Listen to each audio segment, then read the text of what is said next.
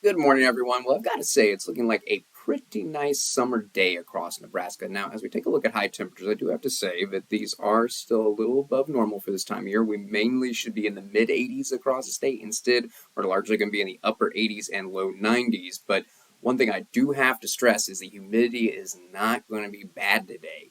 Comfortable levels of humidity. That helps. So this is really what it's going to be feeling like outside, and no chance of rain during the day today. I think in general we're going to see more cloud cover across the southern part of the state where we're still closer to that slow moving front that finally cleared us last night. So we'll call it partly to mostly sunny skies across in general southeastern Nebraska. And as you go to the north and west, sunny to mostly sunny skies. Not going to be much wind in central or eastern Nebraska today, but out in the panhandle, it is going to get breezy gusts around 20-25 miles per hour. But those winds are going to die back down tonight. And we're looking at low temperatures also that are a touch above normal for this time of year. I think most in the state are going to be in the mid to upper 60s, but we'll see some low 60s over in the panhandle. And notice that the cloud cover looking a little bit thicker tonight. So I think we're going to be transitioning to partly to mostly cloudy skies, particularly across southern Nebraska. And notice that little rain and thunderstorm icon showing up in McCook. I really do think that's where the isolated showers and storms are going to be limited today.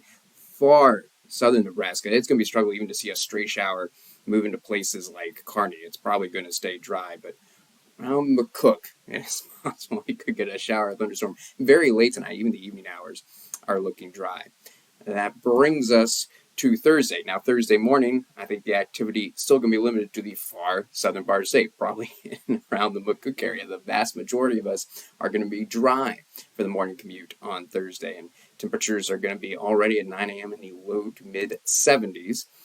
Notice as we go into the early afternoon hours, we finally start to see the activity push away from our southernmost counties. And I will mention the early afternoon, the rain chance beginning for places like Beatrice, Lincoln, Omaha, still mainly focused across southern Nebraska, but not much going on. This is not what we're concerned about.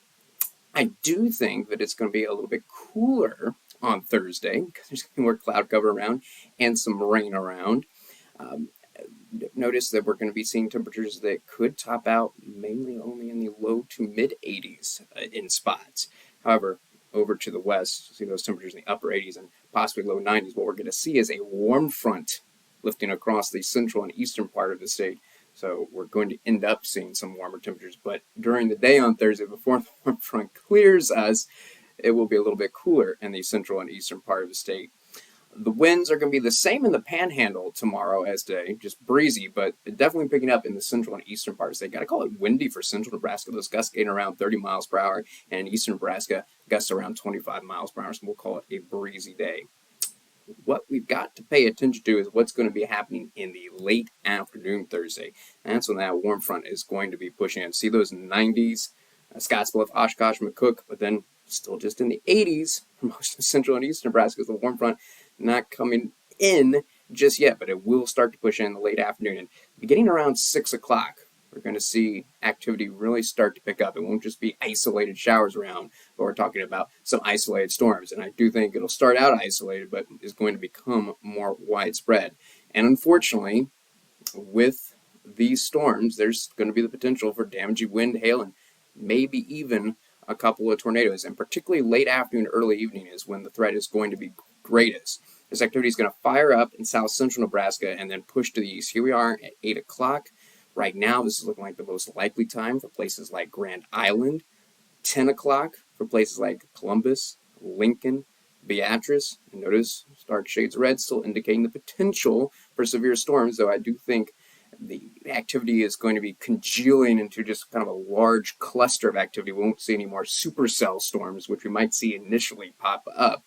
And then somewhere around midnight, it'll be rolling into Omaha. And then after midnight, the severe threat will be over, but there still will be some leftover showers and storms. So for the late afternoon and evening hours on Thursday, the severe threat returns. Once again, notice for all of southern Nebraska, the area we're most concerned about are places like North Platte, McCook, Kearney, Grand Island, because that's where the potential for some supercell storms is. It's likely the activity is just going to merge together and probably weaken as it pushes to the east and we get later in the night, but we still got to leave in the chance for severe storms for Lincoln, Beatrice, Fremont, Omaha.